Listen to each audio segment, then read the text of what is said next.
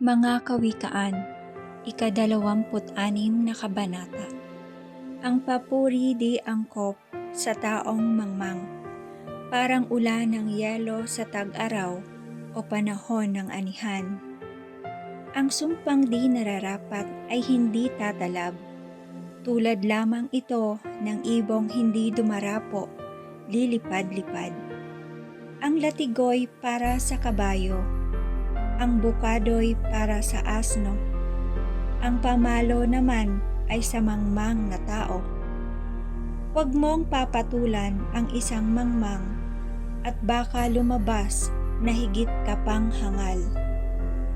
Kapag pinatulan mo ang mangmang, iisipin niyang siya'y may katwiran. Ang magpadala ng balita sa mangmang na tao ay parang kumuha ng batong ipinukpok sa sariling ulo.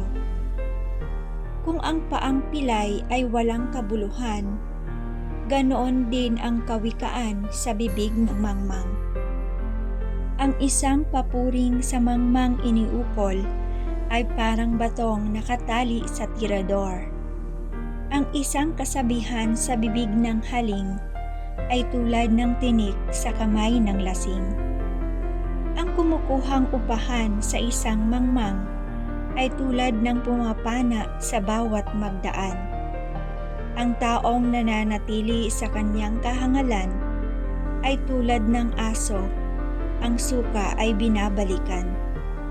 Sa nag-aakalang siya ang pinakamatalino, ay mabuti pa ang mangmang may pag-asang mabago. Ano ang idinadahilan ng taong batugan? May leyon sa daan, may leyon sa lansangan. Kung lumalapat ang pinto sa hamba, ang batugan naman ay sa kanyang kama.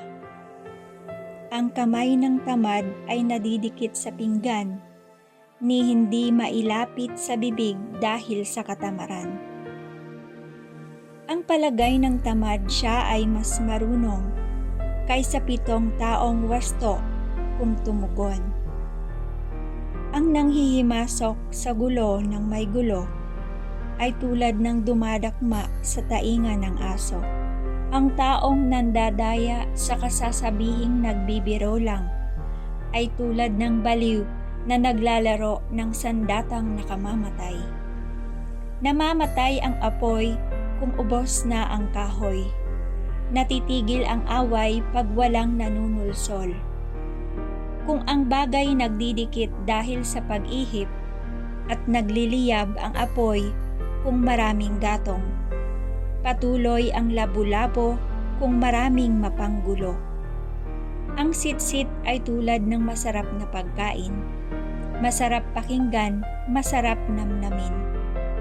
Ang matamis ngunit pakunwaring salita ay parang pintura ng mumurahing banga. Ang tunay na damdamin ng mapagpaimbabaw ay maitatago sa salitang mainaman. Matamis pakinggan ngunit huwag paniwalaan, pagkat iyon ay bunga ng kanyang pagkasuklam. Maaaring ang galit niya ay maitago sa magandang paraan, ngunit nalalantad din sa mata ng tanan. Ang gumagawa ng patibong ay siya ring mahuhuli noon. Ang nagpapagulong ng bato ang siyang tatamaan nito. Ang dilang di tapat sa walang sala ay nagpapasama. Ang magdarayang salita ay nagpapahamak sa kapwa.